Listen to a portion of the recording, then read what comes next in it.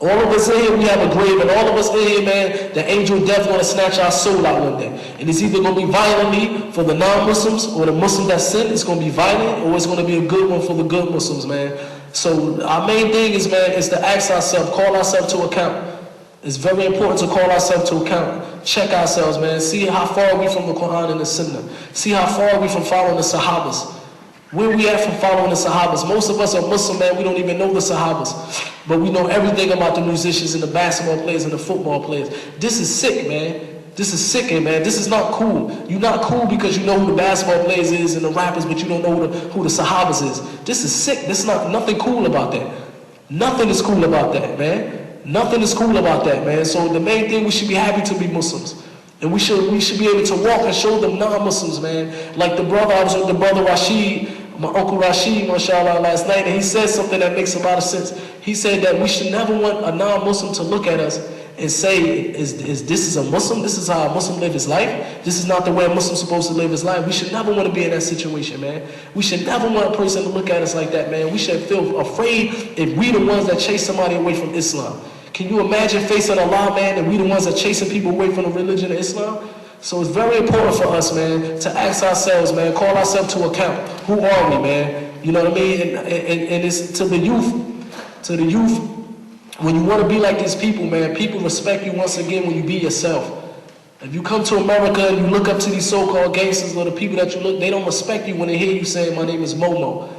I'm trying to tell you, man, people in America, if you go to Philadelphia, and I don't want to keep repeating myself, but if you go to Philadelphia, the non-Muslims look up to the Muslims so much that they grow their beards, that they wear their pants above their ankles. Some of them even with thobe. It's non-Muslim women that wear jibabs in Philadelphia. This is how much respect they have for the Muslims. And these are some of the people from the streets, man. They street people. And when they see a Muslim that say, my name is Mo, don't call me Muhammad, they say, come on, man, be yourself, man. People respect the religion of Islam. Allah put respect in these people's heart to respect the religion of Islam. But unfortunately, the Muslims, we don't respect our religion. We're ashamed of our religion, man.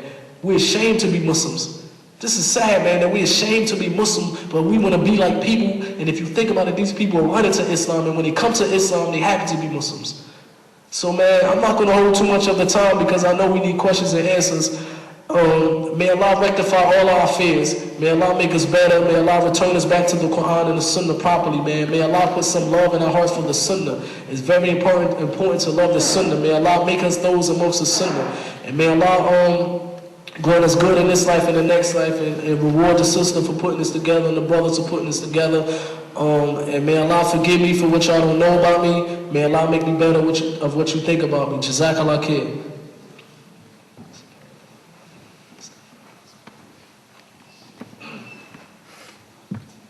Jazakallah khair, Brother Mutah. Inspiring lecture, mashallah.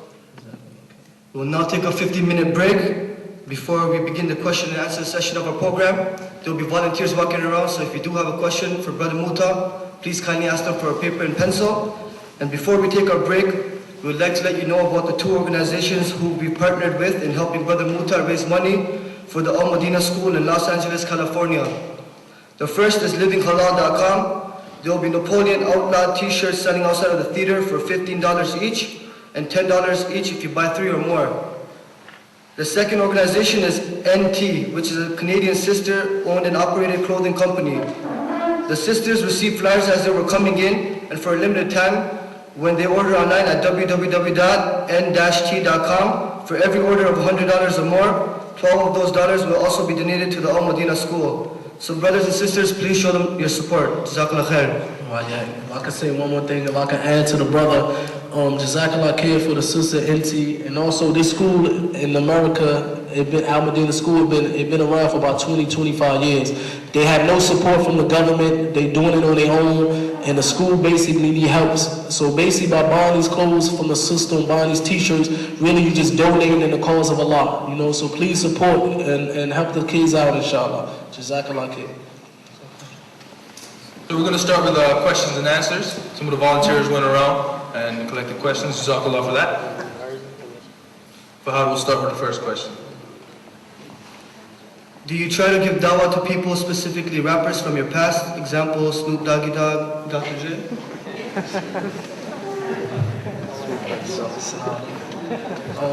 Basically, I don't be in the same environment with them anymore, but if I ever run to them, if Allah give me the permission to run into them, then I would try, inshallah.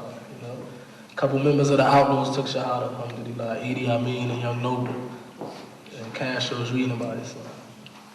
But I didn't see Snoop and Dre in years.